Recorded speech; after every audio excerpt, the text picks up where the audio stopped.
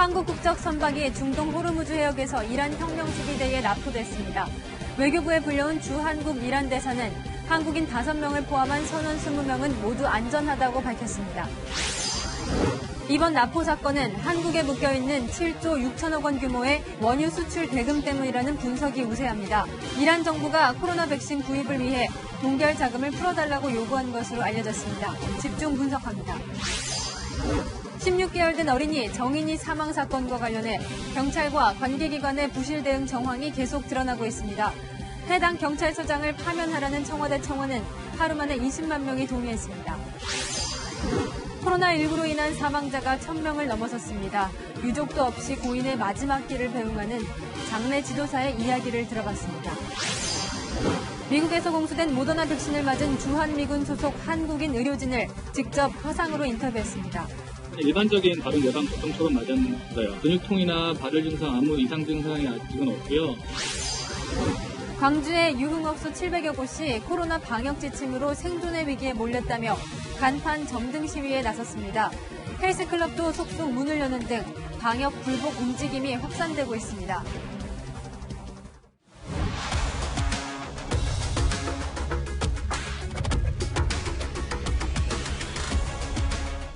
뉴스의 동정민입니다.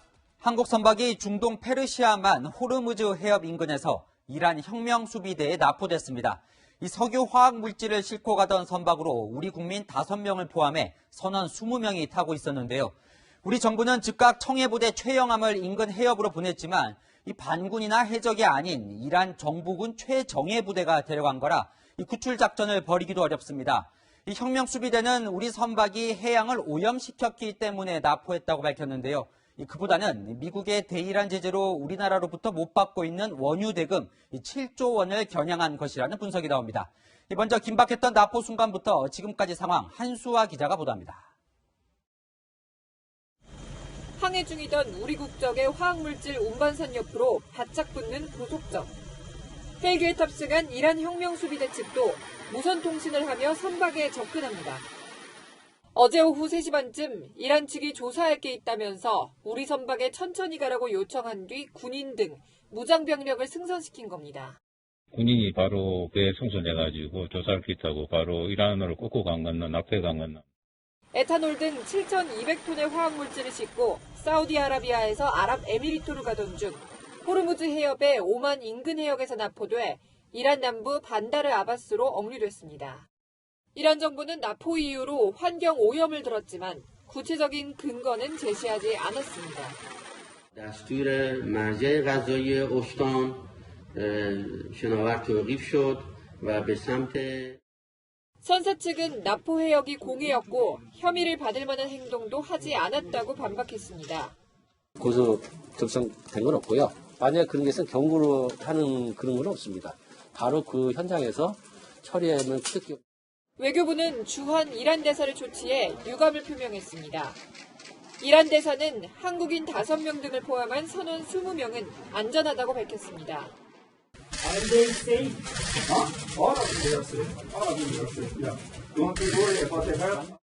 문재인 대통령은 억류 사태와 관련해 범부처 대응책 마련을 지시했고 최종건 외교부 1차관은 오는 10일 이란을 방문합니다.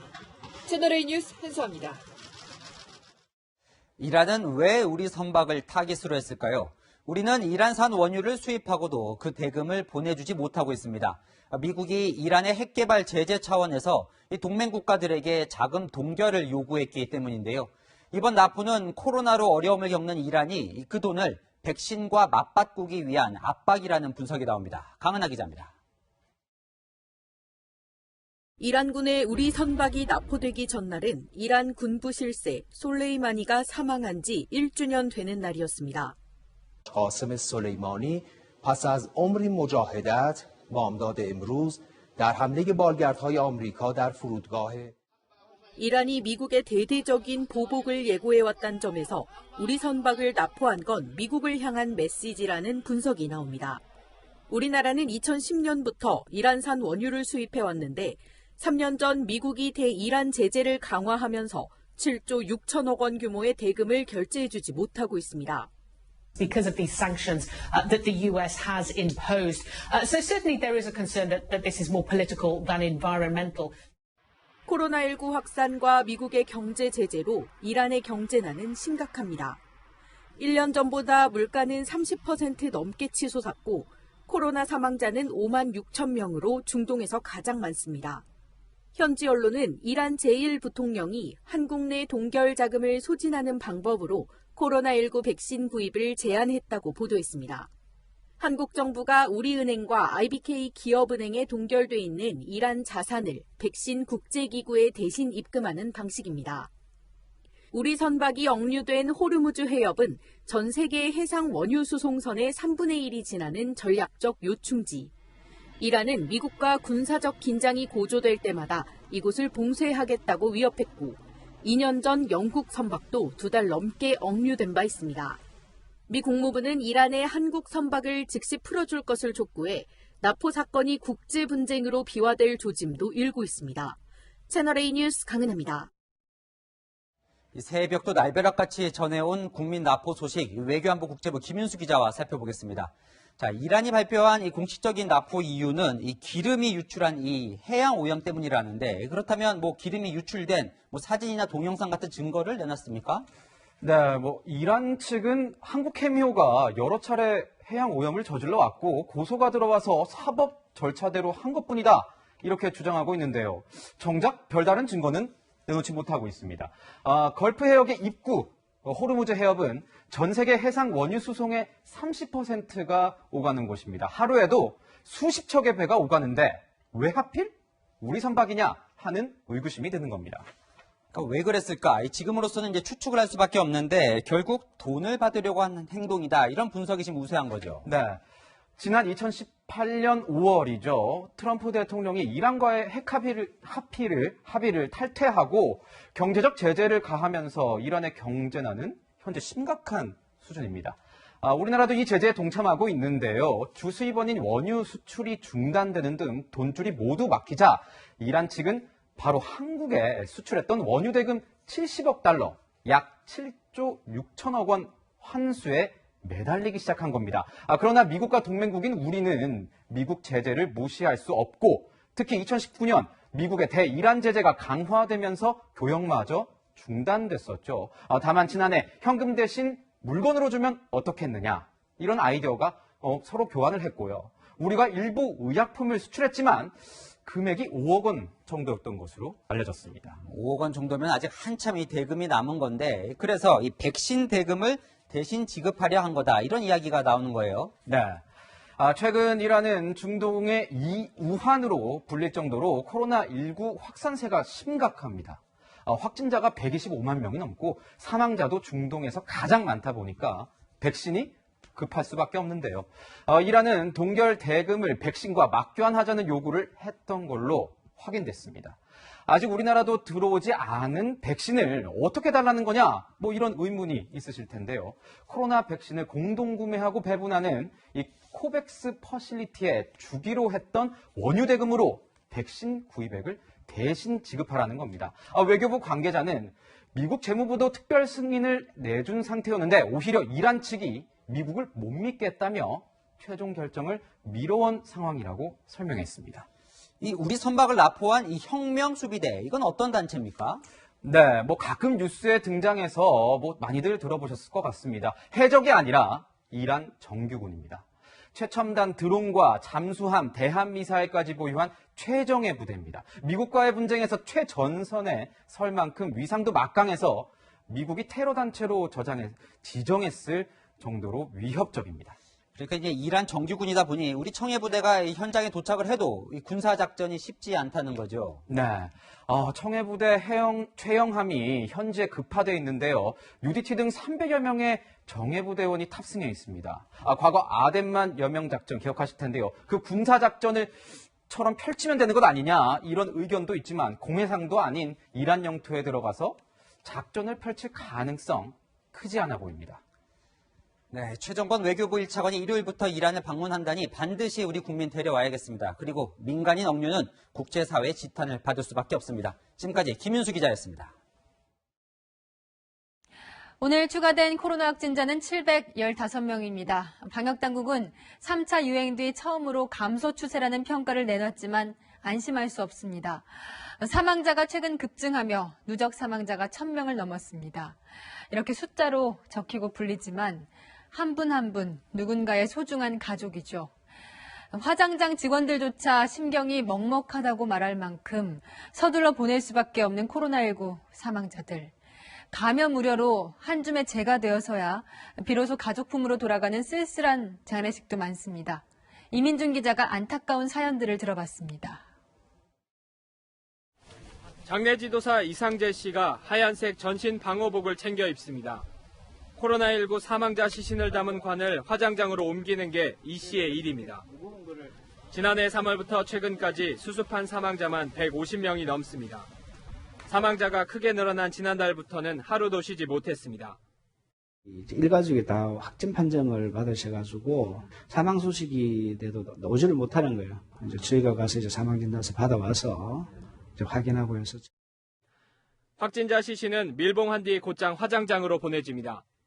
장례도 치르지 못한 유족들의 슬픔은 더 클 수밖에 없습니다. 요양병원에 부모를 모셨다가 집단 감염으로 어머니를 잃은 유족의 통곡은 잊혀지질 않습니다.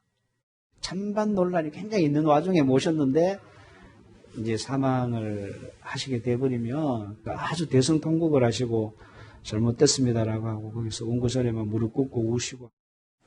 갑작스런 사망에 입관을 지켜보지도 못하고 화장장으로 오는 유족도 많습니다. 관을 붙잡고 우리 부모님 맞냐, 어떤 경우 이름도 안 써 있는데 이거 우리 부모님 맞냐. 마지막 길을 배웅하는 장례 지도사들은 유족의 몫까지 온 마음을 다합니다. 어떤 위치에 살았던 분이시든 마지막은 기억이 돼야 되거든요. 근데 이분들이 과연 마지막이 기억이 될까? 당연히 어쩔 수 없는 상황이라서 그냥 숫자로 치부되는 그렇지 않을까. 채널A 뉴스 이민준입니다. 가족을 통해 전염된 사망자의 유족들은 더 큰 트라우마를 겪습니다. 누구보다 심리적 고통이 큰 사람들이지만 지원 사각지대에 놓여 있습니다. 이어서 서채리 기자입니다. 50대 여성 이모 씨는 지난달 29일 코로나19로 아버지를 잃었습니다. 가족으로부터 감염된 아버지는 병원에 입원한 지 일주일 만에 세상을 떠났습니다. 장례도 못 치르고 화장터로 간 걸 생각하면 지금도 가슴이 먹먹합니다. 7만 더 치료 잘 받으시고 이겨내시면 좋아지실 거라고 말씀드렸어요. 거기에 희망을 가지시고 이렇게 대답하셨던 그 목소리가 지금도 생생하고요. 정부는 감염병 관리 조치에 따라준 유족에게는 1,000만 원의 장례비를 지원합니다. 하지만 소중한 가족을 황망하게 떠나보낸 가족들의 심리적 고통은 그대로 남아 있습니다. 보건복지부 산하기관인 국가트라우마센터에서 재난 피해자를 상대로 심리상담을 하지만 코로나 사망자 유족은 지자체에서 명단 제공을 꺼려 이마저도 쉽지 않습니다.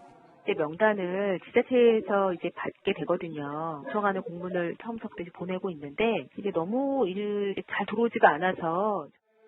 전문가들은 심리적 지원이 더 중요할 수 있다고 말합니다. 내 가족이 확진이 돼서 돌아가셨다는 것 자체가 혹시라도 또 나한테 원인이 있었나 정신적 충격이 크다 볼 수 있겠죠. 코로나 사망자 유족의 심리적 고립을 덜어주기 위해선 체계적인 트라우마 치료가 필요하다는 겁니다. 채널A 뉴스 서채리입니다. 서울 동부구치소 관련 확진자는 현재까지 1,091명입니다. 오늘 6차 전수검사 결과에 따라 내일은 확진자가 더 늘어날 수도 있습니다. 추미애 법무부 장관이 확진자 가족들에게 건강 상태를 잘 설명하고 있다고 말했죠. 수용자 가족들은 확진이라는 말 외에 아무 얘기도 듣지 못했다며 답답함을 호소합니다. 남영주 기자가 취재했습니다. 서울 동부구치소 수용자가 지인에게 보낸 편지입니다. 4차 전수검사가 진행된 지난달 30일 작성됐습니다. 체온이 37.2도까지 올라 진료를 요구해도 교도관은 기다리라는 말만 한다고 주장합니다. 이 수용자는 그동안 3번의 검사를 거치며 밀접 접촉자로 분류돼 방을 여러 번 옮겼고 4차 검사에서 결국 확진 판정을 받았습니다. 수용자의 보호자로 등록돼 구치소에 연락을 받은 지인은 확진이라는 말 외에 추가 설명은 없었다고 말합니다. 건강 상태 지금 어떠냐, 증상이 어떠니 알 수가 없대요. 인도과에서도 개인정보 때문에 안 알려주더라고. 추미애 법무부 장관이 담당 직원이 확진자 가족에게 전화해 건강 상태와 치료 사항을 설명하고 있다고 밝힌 건 지난 2일. 가족들이 느끼기엔 이 설명이 턱없이 부족합니다. 구치소를 찾은 수용자 어머니는 아들이 지난달 31일 보석 허가를 받았는데도 확진자라는 이유로 출소하지 못한다고 주장했습니다. 저는 걔 증상이 제일 궁금해요. 걱정하지 마시고 계속 기다려라. 아무리 죄를 졌지만 죽을 사람들은 아니거든요. 구치소 측은 확진자를 보석으로 석방하려면 생활치료센터에 자리가 있어야 한다고 설명했습니다. 곧바로 출소하는 비확진자와 다르다는 겁니다. 또 건강상태 설명이 부족하다는 주장에 대해서는 증상이 경미하기 때문이라고 말했습니다. 채널A 뉴스 남영주입니다. 우리 땅에서 처음 코로나19 백신을 접종하게 된 사람들은 주한미군이라고 전해드렸죠.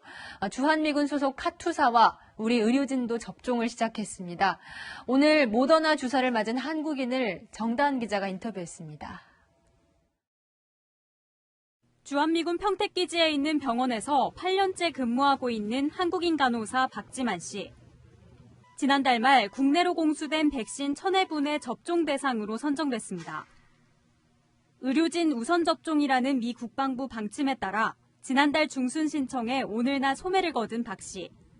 접종한 지 한 2시간 조금 안 되는데요. 1시간 한 40분 정도, 30분 정도 된 것 같아요. 주사 바늘이 들어갈 때 느낌은 일반 예방접종과 크게 다르지 않았다고 설명합니다. 그냥 일반적인 다른 예방 접종처럼 맞았어요. 예. 무슨 근육통이나 발열 증상, 아무 이상 증상이 아직은 없고요. 앞서 접종을 받은 동료 한국인들에게도 별다른 이상 증세가 나타나지 않아 안심하고 맞았다고 당시 기분을 전합니다. 주사를 맞았다고 난 자유다 이런 느낌보다는 코로나라는 질병에 대해서는 조금 더 안심할 수는 있지만 어쨌든 방역 지침은 잘 따라야 한다고 생각하죠. 예. 주한미군에서 근무하고 있어 처음 코로나19 백신을 접종하는 한국인 그룹에 포함된 박 씨. 국내 의료시설 곳곳에도 백신이 보급돼 전 국민이 감염 공포에서 벗어나길 기원합니다. 우리나라 정부에서 좀 상용화가 하루빨리 좀 돼가지고 모든 국민들이 백신 접종을 해서 좀 더 안전하고 건강한 대한민국이 되길 바랍니다. 채널A 뉴스 정다은입니다. 경찰을 향한 국민들의 분노도 커져가고 있습니다. 세 차례나 신고가 들어왔는데도 경찰이 증거가 없다며 묵살하고 사건을 종결시켰기 때문이죠. 이 수사 책임자를 처벌하라는 국민청원이 하루 만에 20만 명에 육박했습니다. 공태현 기자입니다. 어제 청와대 게시판에 올라온 국민청원입니다. 정인이 학대 수사 책임자인 서울 양천경찰서장과 담당 경찰관의 파면을 요구하는 내용입니다. 청원 게시자는 경찰이 아동학대 신고를 수차례 받고도 묵인 방조했고 의사의 수사 요구를 무력화시킨 책임을 반드시 묻고 싶다고 적었습니다. 청원이 등록된 지 하루밖에 안 됐지만 동의자 수가 답변 기준인 20만 명에 이릅니다.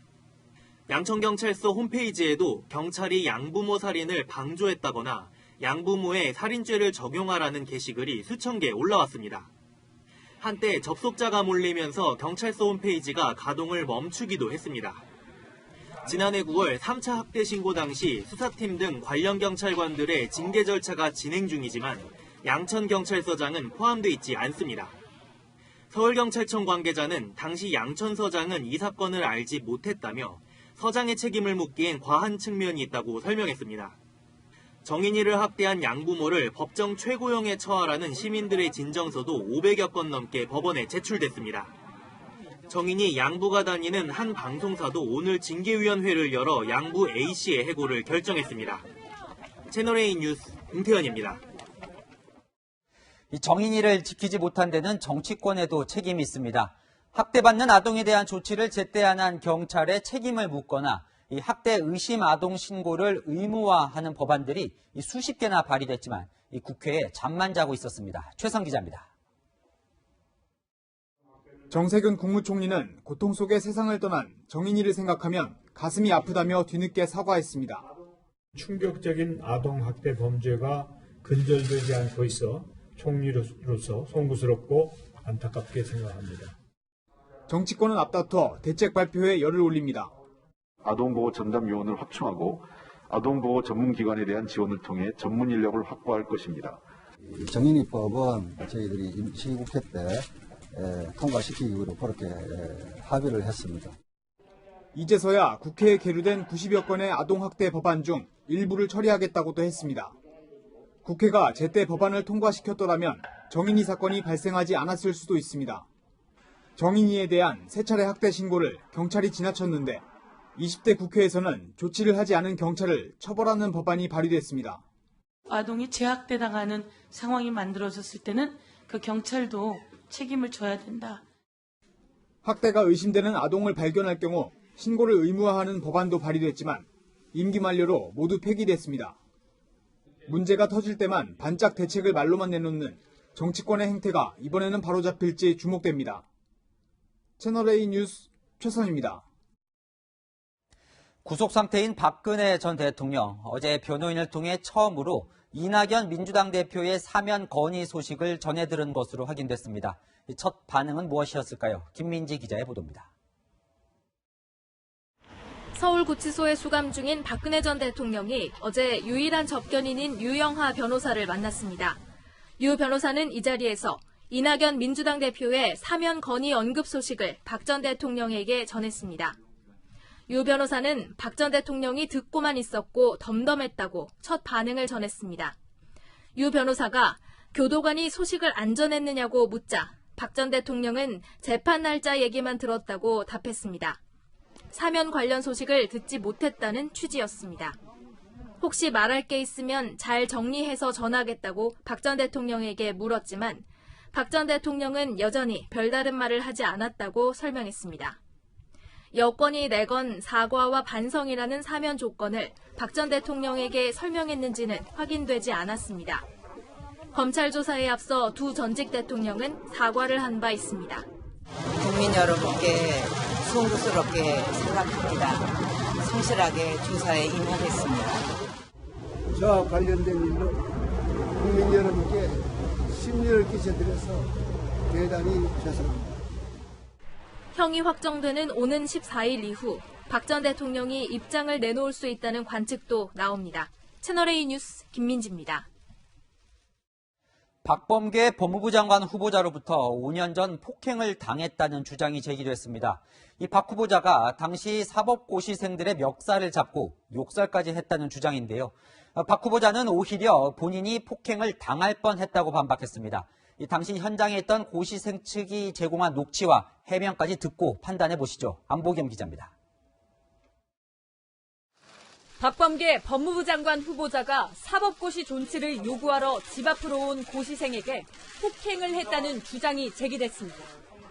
5년 전인 2016년 11월로 박 후보자가 국회 법제사법위원회 소속 민주당 의원이던 시절입니다. 녹취는 피해를 봤다는 고시생이 당시 상황을 지인들에게 설명하는 내용입니다. 들지도 못했어요. 왜 처음부터 렉서를 확 잡으니까 이렇게 막 하더니 니네 배우가 누구야? 배우가 누구야? 저희는 그냥 뭐라고 해서 왔다. 저희 그냥 고생입니다. 저희 한번 이야기 들어주십시오. 이렇게 하고 그냥 물었거든요. 강제로 모자를 벗기고 사진을 찍으려 했다는 주장도 했습니다. 얘네 다 치마하고 갔더니 그래서 저는 이제 안 지키려고 이렇게 내렸는데 이렇게 치더라고요. 모자를 그래갖고 안 지키려고 너무 절박해서 이렇게 왔습니다. 이렇게 얘기를 하니까 제가 물 씹으려고 막 이러는 거예요. 그럼 니가 누구냐고 제가 직접. 당시 일부 사법고시생들은 박 후보자가 사법시험 존치 법안 통과를 막았다고 주장하기도 했습니다. 하지만 박 후보자는 폭행 의혹을 전면 부인했습니다. 사시생 폭행 논란 기사가 나왔는데 혹시 그런 의견 있으신가요? 네, 나중에 그런 얘기를 또 한번 반대요, 반대. 반대예요? 네. 폭행이 아니라 내가 폭행당할 거예요.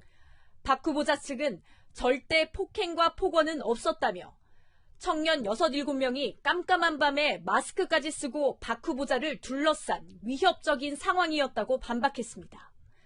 멱살을 잡은 적도 없고 배후가 누구냐고 물은 적도 없다고 했습니다. 사진을 찍으려 한 것은 혹시 모를 사태에 대비해 증거를 남기려고 했던 것이라고 설명했습니다. 채널A 뉴스 안보겸입니다.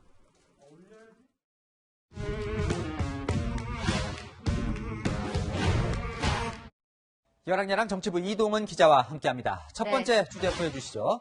일합시다. 네. 무슨 내용인지 짐작이 되네요. 네, 김어준, 주진우, 김규리, 이은미 씨 등이 찍은 TBS 홍보 영상이 논란이 되고 있습니다. 영상 먼저 보겠습니다. 일해야죠. 일해야 돼, 이제. 일하죠. 일은 끝이 없어요. 저요? 일하지 마요. 100만 구독자 만들 캠페인이에요. 예. 그런데 저 영상을 보는 사람들이 일하자는 일이 아니라 네. 더불어민주당 기호 1번이 떠오른다는 의견들이 많았던 거죠. 네, 게다가 배경색이 푸른 계열이라 비슷한 색깔을 쓰는 민주당을 연상시킨다는 지적도 나오는데요. 친여권 성향 방송인들이 나온 거라서 오해 소지가 더 있어 보입니다. 무도한 검찰을 향해 개혁해야 한다고 조국을 지켜야겠다고 생각하게 됐습니다. 이번 정권에서 블랙리스트에 본인이 그런 리스트에 올라와서 제재를 받고 있고 이렇다고 생각하시는 분들 있을 수 있잖아요. 참으세요. 10년 동안. TBS 운영에 우리 세금이 들어가지 않습니까? 네. 자, 그동안 이 편향성 논란이 끊이지 않고 있는데 이번에 더 논란을 키우게 된 거네요. 네, 연간 300억 원 이상 예산이 들어가는데요. TBS는 문제가 되자 뒤늦게 불필요한 오해를 불러일으킬 수 있다면서 홍보를 중단했습니다. 이번 영상 제작에도 돈이 들어갔을 텐데 우리 돈이 제대로 쓰이는지 잘 감시해야겠습니다. 국민의힘은 공직선거법 위반 혐의로 검찰에 고발했고 선관위는 위반 여부를 검토하고 있습니다. 네, 다음 주제 보겠습니다. 네. 이 남인수 민주당 의원, 이 박원순 전 시장 측에 피소 관련 사실을 전달한 사람으로 알려져 왔는데요. 네. 검찰 발표 6일 만에 처음 입장을 밝혔어요. 네, 정확히는 검찰이 여성단체와 여당 의원이 유출했다고 한 건데 남의원을 가리키는 거죠. 남의원은 6일째 침묵하다가 오늘에서야 피소 사실을 유출하지 않았다. 다만 박 전 시장 측에게 불미스러운 얘기가 도는 것 같은데 무슨 일 있냐 이렇게 질문한 것이라고 해명했습니다. 질문은 했는데 네. 유출은 아니라는 거네요. 네, 검찰 발표에 따르면요. 남의원은 김영순 여성연합 상임대표에게 박원순 전 시장 미투 고소 예정 사실을 들었는데요. 이 내용을 전달하면서 사실이 맞느냐고 물었기 때문에 유출이 아니라는 논리입니다. 정의당은 질문과 유출은 대체 무엇이 다르냐고 되물었습니다. 이 피해 여성 보호에 앞장섰던 이 여성운동가 출신이라 더 비판을 받고 있는 것 같아요. 맞습니다. 본인이 앞장서서 박 전 시장을 비판해야 하는데 그러지 못한 겁니다. 이유가 있었습니다. 의원님이 하시는 일을 굉장히 좋아요.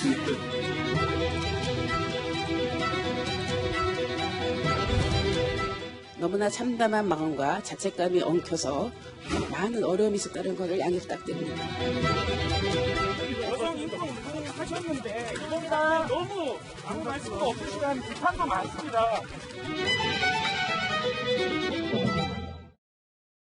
그러니까 이 공과 사를 구분하기가 쉽지 않았던 거네요. 네. 자, 결과적으로 이 공석이 된 서울시장 보궐선거를 치러야 하는데 야권 후보가 한 명 더 나왔다면서요?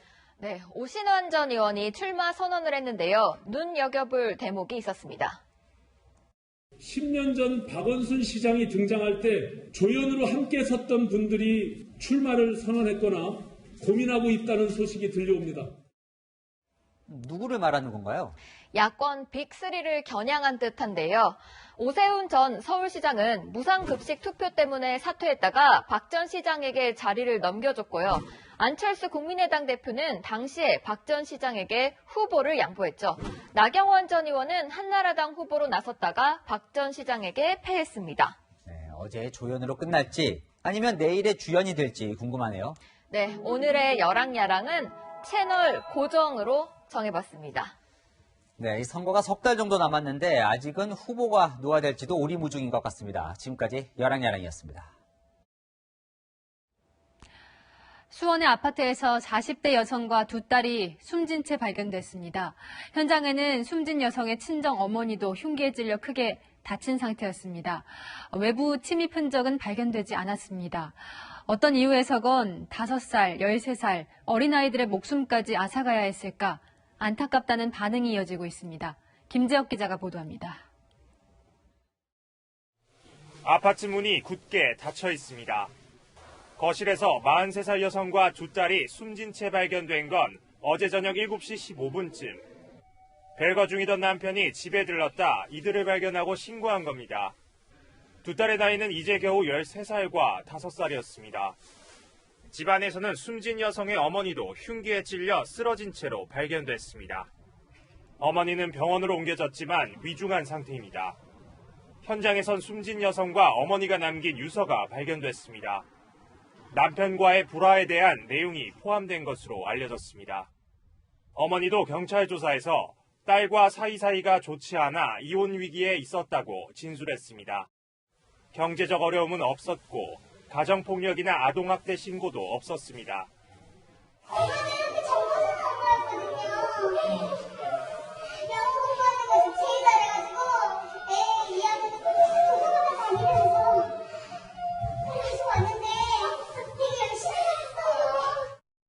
내부 침입 흔적이었고 현장에서 유서가 발견되는 등 여러 가지 수사 자료에서 내부적인 사건에도 가능성을 두고 수사 중에 있습니다. 경찰은 새 모녀에 대한 부검을 실시하고 어머니와 남편 진술을 바탕으로 정확한 사건 경위를 파악하고 있습니다. 채널A 뉴스 김재혁입니다. 3년 전 오늘처럼 추웠던 겨울 10명의 사상자를 낸 강릉 펜션 사고 기억하십니까? 수능을 치른 고등학생들이 가스 보일러 때문에 아까운 목숨을 잃었죠. 일산화탄소는 침묵의 살인자라고 불릴 정도로 무서웠습니다. 지금은 개선됐는지 우현기 기자가 다시 가봤습니다.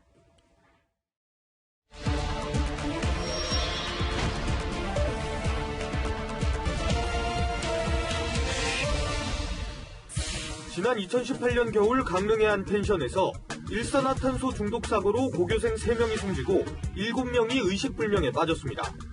무자격자가 설치한 보일러 연통이 어긋나면서 냄새나 색깔이 전혀 없어 침묵의 살인자로 불리는 일산화탄소가 학생들이 잠자던 방으로 들어온 겁니다.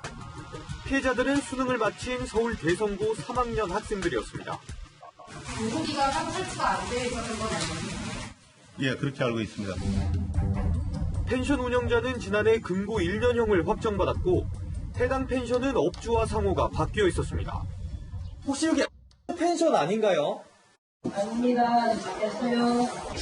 펜션이 모여있는 강릉의 한 마을입니다.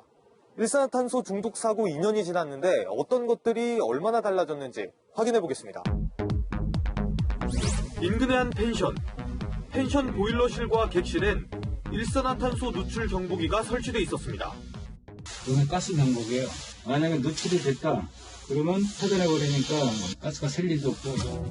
지난 8월부터 전국 모든 펜션에선 일산화탄소 경보기 설치가 의무화됐습니다. 다만 일부 펜션에선 안전점검이 이루어지지 않은 경우도 있었습니다. 270개 정도의 가스를 사용하는 곳인데요. 15개소를 제외하고 지금 다 이미 완료되어 있는 상태입니다.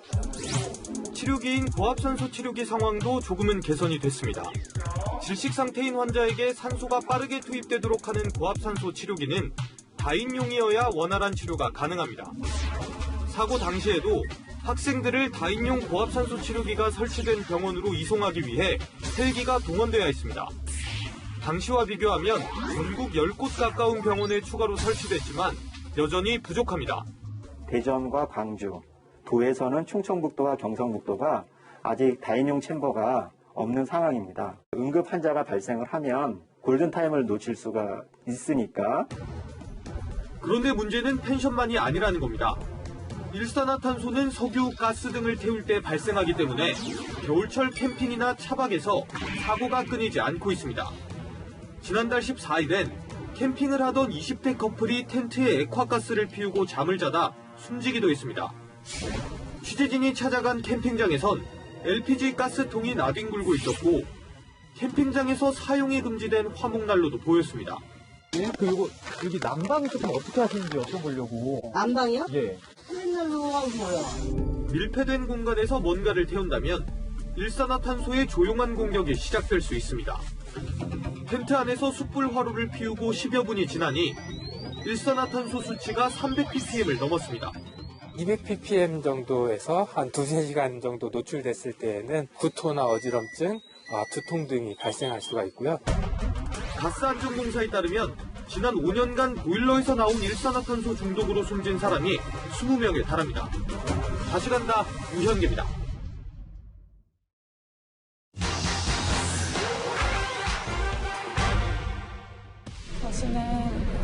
엎드리지 않고 선행하며 살겠습니다. 감사합니다. 수원구치소 주범들 필로폰 상습 투약 혐의로 재판에 넘겨졌던 황하나 씨. 1심과 항소심에서 징역 1년, 집행유예 2년을 선고받고 풀려났죠. 그런데 황 씨가 또다시 마약을 투약한 혐의로 경찰 수사를 받고 있습니다. 경찰은 투약 정황이 담긴 녹음 파일을 확보하고 조사 중인데요. 집행유예 기간 중 또 마약을 한 사실이 인정되면 실형 선고 가능할까요? 따져봅니다. 집행유예는 판사가 범죄자에게 일정 기간 형의 집행을 미뤄주는 걸 말합니다. 감옥 생활은 안 하지만 유죄 선고고 당연히 전과도 남죠. 반성하라고 풀어는 줬는데 또 범죄를 저질렀다면 집행유예 효력 없어질까요? 조건이 있는데요. 유예 기간 중에 금고 이상의 실형을 선고받아 판결이 확정되면 집행유예 효력을 잃게 됩니다. 수감 생활은 얼마나 해야 될까요? 실형을 선고한 것에 집회를 유예한 것인데 실효가 되면서 첫 번째 실형도 살게 되는 것이고요. 또 실형을 선고하게 되면 그 실형까지 추가로 살게 되는 것입니다. 예를 들어 앞서 징역 1년의 집행유예를 선고받았는데 집행유예 기간 중 다른 범죄로 또 징역 1년을 선고받으면 총 2년 살아야 해요. 일부에선 집행유예 기간 중 재범 시 무조건 실형 선고냐 문의 있는데요. 대법원 판례를 찾아보니 집행유예 기간 중 범죄를 저지르더라도 재판을 받는 사이 유예 기간이 끝나면 다시 집행유예 선고 받을 수는 있습니다. 하지만 마약 상습범이고 또 동종 전과가 있으면 처벌 가중 요소라 집행유예 기간 중 재범, 실형 가능성 높습니다. 경찰은 황하나 씨 혐의와 관련해 상당 부분 확인했다며 조만간 사건을 마무리할 예정이라고 밝혔습니다. 이 밖에도 궁금한 점은 팩트맨 만문의 바랍니다. 코로나 감염 차단을 위해 순천에서는 낮술까지 금지됐다고 전해드렸죠. 이렇게 강력한 방역 조치가 자영업자들에게 집중되자 불복 움직임이 거세지고 있습니다. 헬스장에 이어서 카페, 유흥업소 업주들까지 처벌받아도 영업하겠다고 나섭니다. 공국진 기자입니다. 공무원들이 식당을 돌며 행정명령서를 붙입니다. 지역을 대표하는 5일장을 맞아 낮술을 파는 식당을 단속하는 겁니다. 조금 더 우리가 조여가지고 빨리 끝내자는 의미니까. 순천시가 전국 최초로 새벽 5시부터 오후 4시까지 술 판매를 막은 데 따른 조치입니다. 한창 사람들로 붐빌 점심시간인데도 이곳 국밥거리엔 사람들의 발길이 뚝 끊겼습니다. 장날을 맞아 냉장고에 쌓아둔 술을 그저 바라볼 수밖에 없는 상황. 유독 순천에서만 이렇게까지 해야 하느냐는 불만이 터져나옵니다. 전화가 오네요. 먹을 수 있냐고 그래서 없다니까 안 하고요. 전문집 과대에 하나씩 먹는 게 나이 든 사람들은 어디 가서 머리를 하고 말이에요. 단속 공무원과 실랑이도 벌어집니다. 노인네들이 술 한잔 한다고 술 잡으면 우리가 안 줄 수가 없어요. 유흥업소 간판에 불이 환하게 켜졌습니다. 광주 지역 유흥업소 업주 700여 명이 영업정지 조치에 항의하기 위해 오늘부터 문을 연 겁니다. 아직 손님을 받지 않지만 17일 이후 영업정지가 계속되면 처벌을 무릅쓰고라도 영업을 강행할 태세입니다. 이 상황에 집세를 97만 원 올려달라는 거예요. 그럼 너 나가서 죽어라 그 말밖에 더 있어요. 정말 절박한 상황이다니까. 전국 카페 업주 1,800여 명도 협회를 꾸려 실내 영업 재개를 위해 단체 행동에 나서기로 했습니다. 채널A 뉴스 공진입니다. 오늘부터 닷새간 변호사 시험이 시작됐습니다. 지난해 치러진 중등교사 임용고시는 확진자들이 시험을 응시할 수 없었죠. 이번 변호사 시험은 법원이 확진자도 응시할 수 있다는 판단을 내렸습니다. 김민곤 기자입니다. 이른 아침 수험생들이 고사장으로 향합니다. 오늘부터 닷새간 치르는 변호사 시험 응시자는 3,500명. 코로나19 확진자가 쏟아지는 상황에서 같은 교실에 최대 30명씩 모여 시험을 보는 상황이 불안합니다. 거의 한 10시에 11시 가까이 있게 되는 거죠. 무작정 변호사 시험을 강행하려는 것 자체가 동부구치소의 그 코로나19 대규모 감염 2탄 비슷한 거죠. 네. 발열 검사나 취식 금지 같은 방역 조치를 한다지만 시험 첫날 점심시간엔 응시생들이 촘촘히 밀착해 식사를 기다리는 모습도 포착됐습니다. 한 방에 그 전 고시생이 다 모이는 거잖아요. 오히려 더 나쁜 조건이 아닌가 싶은데. 어젯밤 헌법재판소는 확진자와 자가격리자의 변호사 시험 응시를 금지하거나 제한한 법무부의 시험 공고 효력을 정지시켰습니다.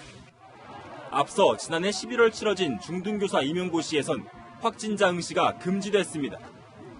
하지만 변호사 시험에서 확진자 응시가 가능해지면서 이달 말 임용고시 2차 시험에서는 응시자들이 교육부를 상대로 문제를 제기할 가능성도 높아졌습니다. 채널A 뉴스 김민곤입니다.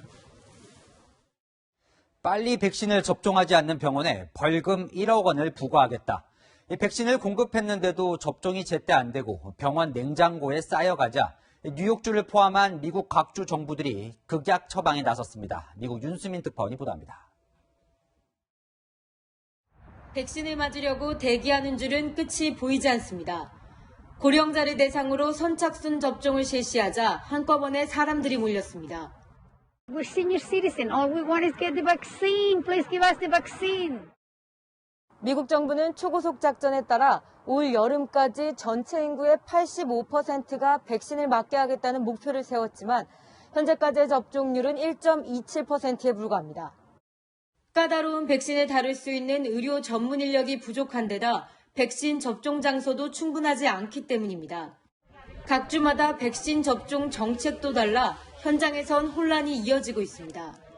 현재 보급된 백신량의 30% 정도만 접종하고 나머지는 냉장고에 쌓여만 가자 각 주는 엄포를 내렸습니다. 뉴욕주는 할당된 백신을 모두 접종하지 않는 병원에 우리 돈 1억 원 정도를 벌금으로 부과하기로 했습니다.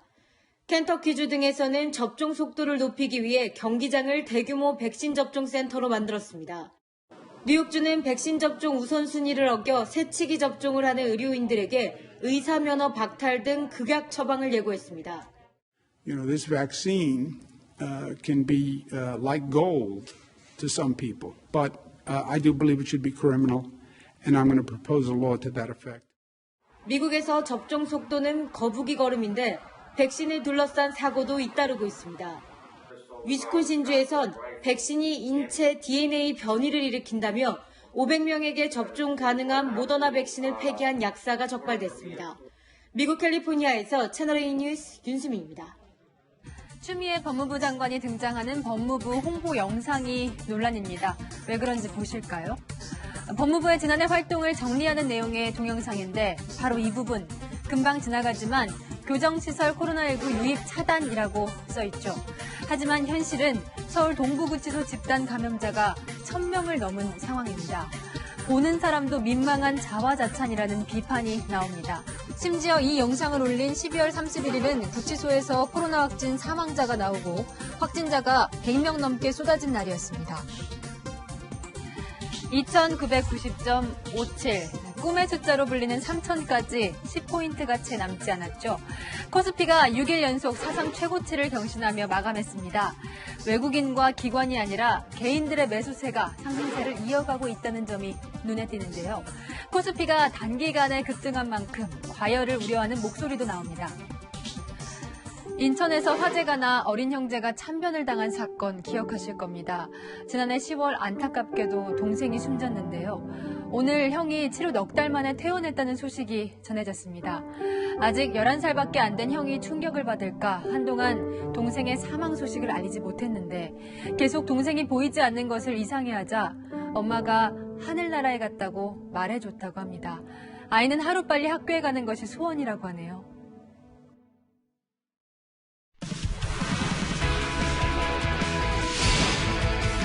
안녕하세요. 스포츠 뉴스입니다. 농구 대통령 허재의 두 아들 허운과 허웅이 올스타 팬투표에서 처음으로 1, 2위를 차지했는데요. 동생 허운이 형을 앞질렀습니다. 사공성근 기자입니다. 지난 연말 시상식에서 두 아들의 농구 실력을 평가한 농구 대통령 허재. 아직은 넘어서지는 못할 것 같고요. 이제 넘어서야죠, 아버지는. 허재의 아들로 더 유명했던 허훈과 허웅. 나란히 올스타 팬투표 1, 2위를 차지하며 인기면에선 아버지 못지 않다는 것을 증명했습니다.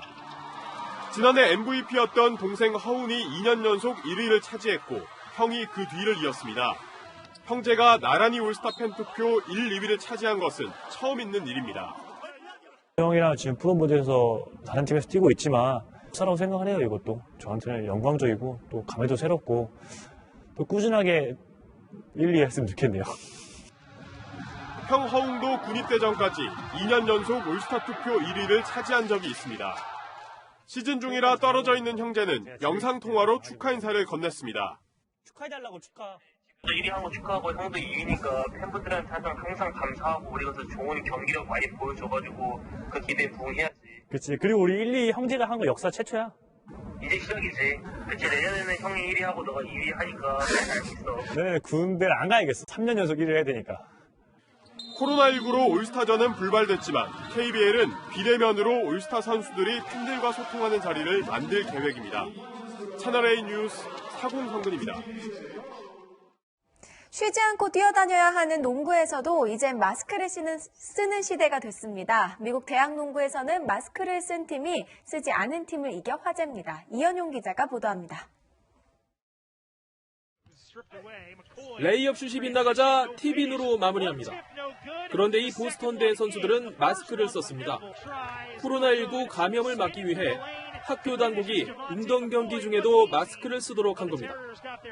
반면 대회 규정에 위반되는 건 아니기 때문에 홈팀 홀리크로스대 선수들은 마스크를 쓰지 않았습니다. 결과는 마스크를 쓴 보스턴대의 7점 차 승리였습니다. 보스턴대는 경기를 하러 오는 원정팀에게도 마스크 착용을 강제했습니다. 여자 농구에선 마스크를 쓴 두 팀의 이색 대결이 벌어졌습니다.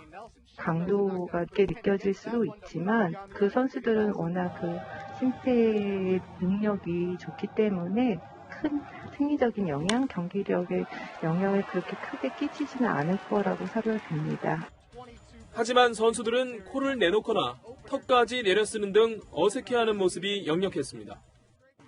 온두라스 축구 국가대표팀 공격수인 제리 뱅스톤은 지난해 9월부터 마스크를 쓰고 공식 경기에 나서고 있습니다. 길어진 코로나 사태가 스포츠 현장에 새로운 풍경을 만들고 있습니다. 채널A 뉴스 이현용입니다. 본격 북극발 한파가 시작됐습니다. 강한 한기가 우리나라로 빠르게 내려오면서 얼음장 같은 냉기가 옷 속을 파고들고 있는데요. 이곳 버스 환승센터의 시민들도 귀갓길에 시린발을 동동 구르고 있는 모습입니다. 내일 아침은 기온이 급격히 떨어집니다. 내일 아침 서울은 영하 11도, 철원은 영하 19도로 출발하겠고 전국 대부분 지역에 한파특보가 발효되겠습니다. 목요일부터 토요일까지 강추위가 절정에 이르겠고 금요일 아침 서울은 영하 17도까지 내려가며 이번 추위에 가장 큰 고비를 맞겠습니다. 이 기간 동안 체감온도는 실제 기온보다 10도 이상 낮겠습니다. 폭설까지 덮칩니다. 내일 밤부터 모레 오전 사이 서해안과 제주 산지에는 최대 20cm 이상, 대부분 내륙에는 1에서 10cm의 큰 눈이 오겠습니다. 전라도와 제주 지역에는 일요일까지 폭설이 길게 이어질 전망입니다. 지금까지 채널A 뉴스 남혜정입니다.